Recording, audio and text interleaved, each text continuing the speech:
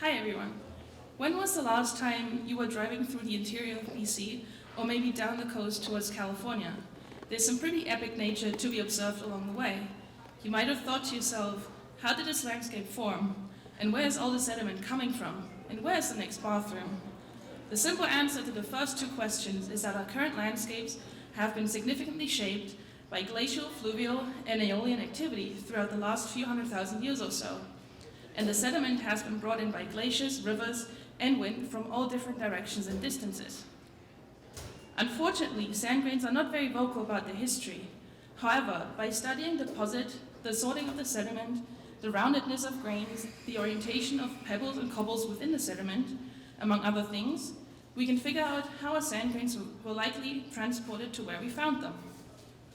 To find out more details about the travel history of our sand grains, we can investigate the composition of our samples to identify where the material was sourced from by comparing our analysis to previous work done in other areas. We can also determine how long the sand grains have been buried in a landform using luminescence dating.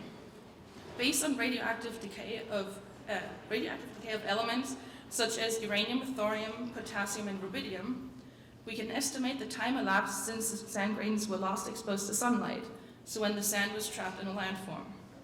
If we then examine some of the luminescence characteristics in more detail, like luminescence signal sensitivity and composition, and compare those to other studies, we can draw further conclusions about where our sand grains have originated from and trace them back to their source locations. So even though sand grains seem very quiet to the everyday person, they actually have a lot to say when you know how to listen. And we at the Luminescence Lab here at UFV, we know how to listen. Thank you.